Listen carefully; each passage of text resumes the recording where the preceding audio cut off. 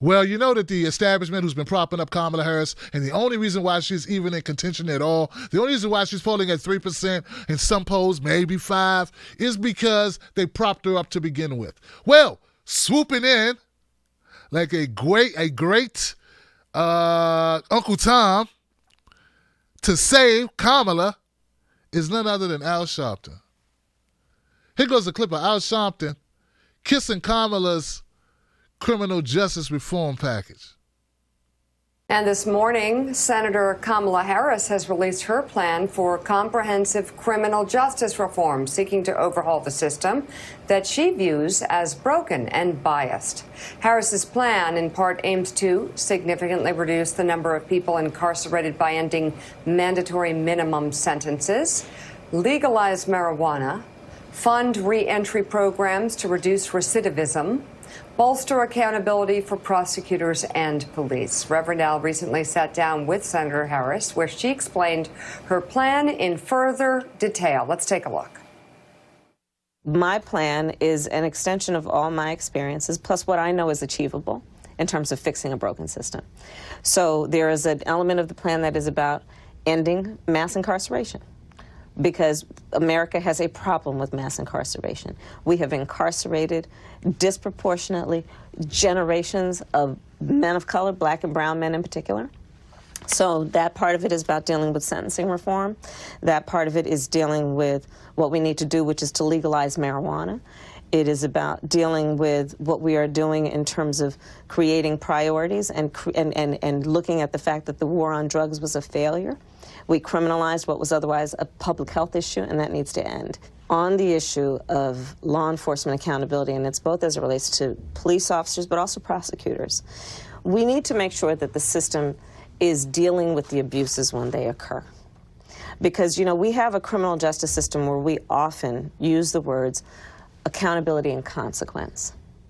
But almost every time those words are used, it is in connection with the person who is arrested, and we do not use that word in connection with the system as a whole. It is my intention to shut down private prisons. And by extension, frankly, also those private detention centers. Because here's the thing. The business model, let's just step back and think about what the business model is. It's about people making profit off the incarceration of other human beings. There should never be a profit associated with incarcerating other human beings. So, Rev, what was your take on Kamala's approach to criminal justice reform? I was very interested in hearing what she had to say, because as you know, Joy and Mika, I spent most of my life in the area of fighting for criminal justice reform. I work with National Action Network. And I must say I was impressed with how detailed and different it was.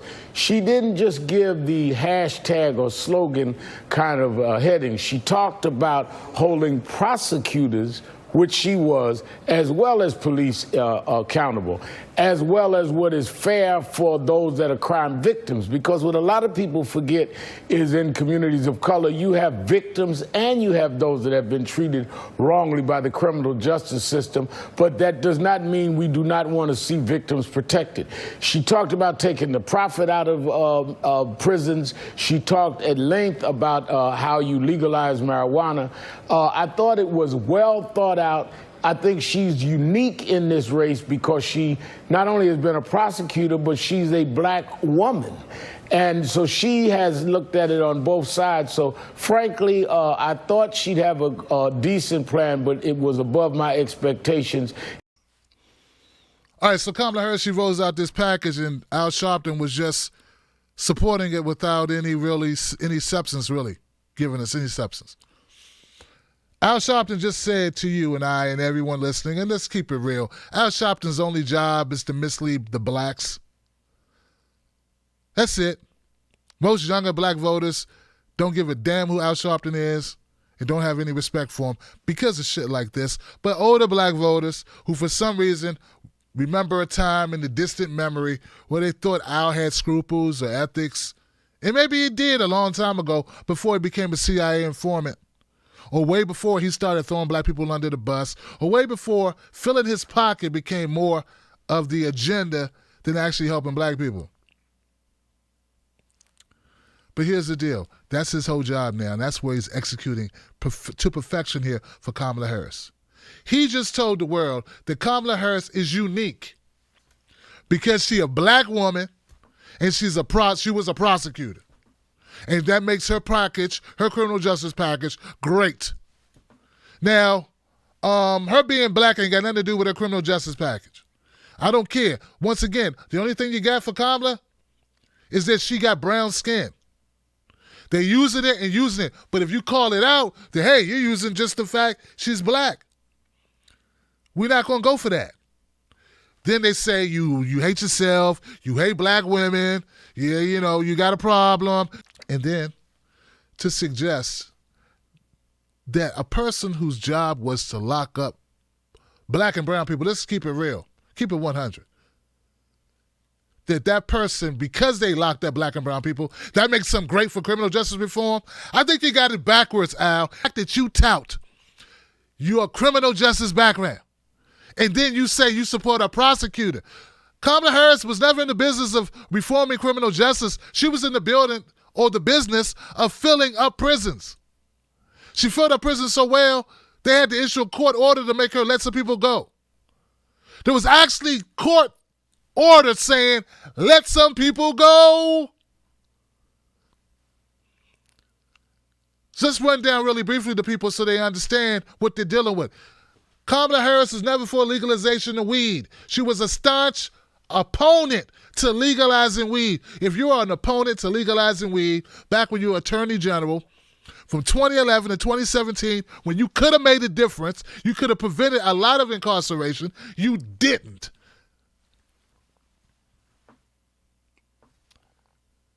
Kamala Harris was never about early release of prisoners. In fact, she was cited for that. Courts had to issue court order to get people out of jail. She was too busy using prison labor to put out fires, talking about it would save money on the bottom line in California. Kamala Harris was never about police reform. And this is one of the most egregious parts of this whole thing. One of the most egregious. Al Sharpton always wants credit, throw around his bona fides on criminal justice reform and fighting the police and fighting against the man in the system. Kamala Harris was against body cams, mandatory body cameras in California. But now you want to shove down my throat and the throat of all these people here that she is somehow an advocate for change in the criminal justice system. You know, we do some stupid shit, right? As Americans, right? But most Americans are smart enough to know that if you are an abuser, that might not be, like a woman abuser is probably not a good person to lead, I don't know, a home for women who have been abused. Like you would want somebody who's been an advocate, not a person who actually committed the acts that you want to change. If you abuse children, maybe you're not the person. You're not the person that would lead, I don't know, a group home. Well, because we kind of intuitively know that if you did this negative thing, this bad thing for so long, it's probably in your blood at this time. It's kind of like your thing. I mean, she's been a prosecutor. She's never been on the side of freeing people or fighting for people's rights. She's been on the side of incarceration. So this clip right here is exactly why it's important for me to keep on speaking loudly and clearly. I mean, a person like Al Sharpton doesn't even have the decency to call out Kamala Harris. In fact, he didn't even have to call her out. He could have just said, hey, I pass. Because you know they're like, who's going to go up here and defend Kamala? She's diving in the polls. She's falling behind Tulsi Gabbard. This is embarrassing. She talked all that smack, and now look at her. She's garbage, Johnson. Who's going to come out here and support her? Who can we get? And instead of doing the backslide, the moonwalk, Al Sharpton steps up. And he's right here shoving it in our faces. He's right here lying to our faces, talking about Kamala Harris would be great. And you know, I don't know. I had the Impossible Burger. It's great. I loved it.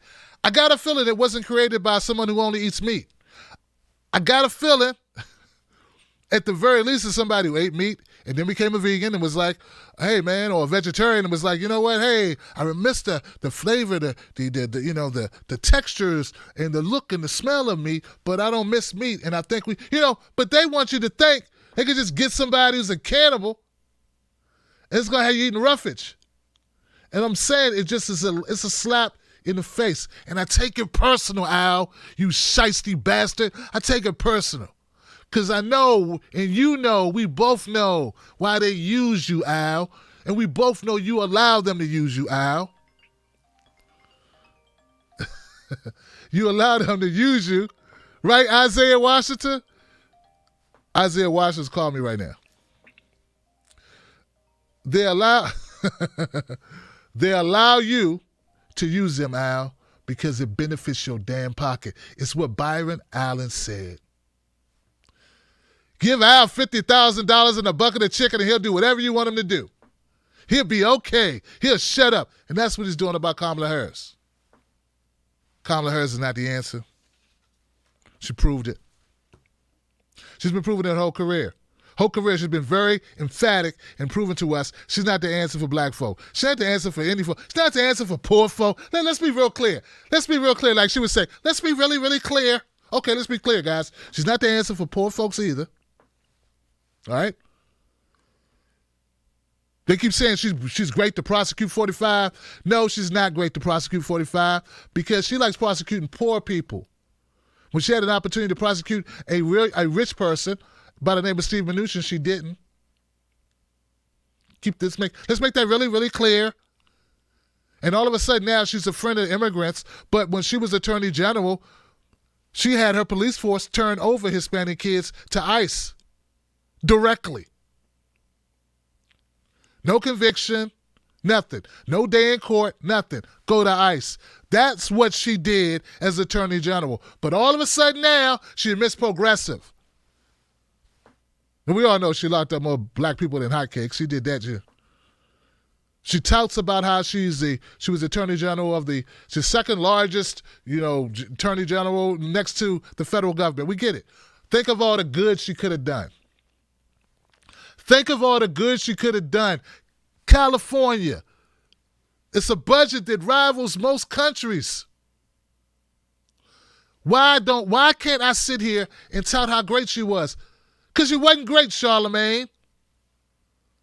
Johnson, she sucked. I wish I could sit here and say she did a great job. I wish she could be a great candidate. I wish she had the bona fides, the history, the track record. I want the best person for the job. I want the person who has the best record of correcting and redirecting this country into a positive direction. I don't see that in her.